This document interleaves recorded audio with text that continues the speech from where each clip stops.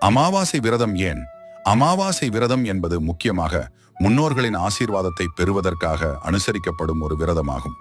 இந்த நாளில் விரதம் மேற்கொள்வதன் மூலம் முன்னோர்களின் ஆத்மா சாந்தி அடைவதாகவும் அவர்களின் ஆசீர்வாதம் குடும்பத்திற்கு கிடைப்பதாகவும் நம்பப்படுகிறது.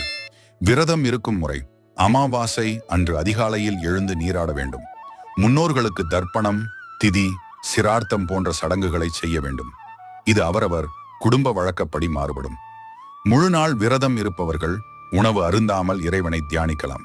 விரதம் இருக்க முடியாதவர்கள் ஒருவேளை மட்டும் உணவு அருந்தலாம் அல்லது பழங்கள், பால் போன்றவற்றை உட்கொள்ளலாம்.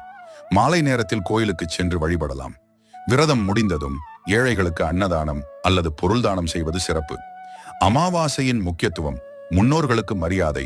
இந்த நாளில் முன்னோர்களை நினைத்து வழிபடுவது அவர்களுக்கு நாம் செலுத்தும் நன்றி கடன். பாவ நிவர்த்தி. முழு வீடியோ பார்க்க லிங்கை கிளிக் பண்ணுங்க. அப்படியே நம்ம சேனலை சப்ஸ்கிரைப் பண்ணுங்க.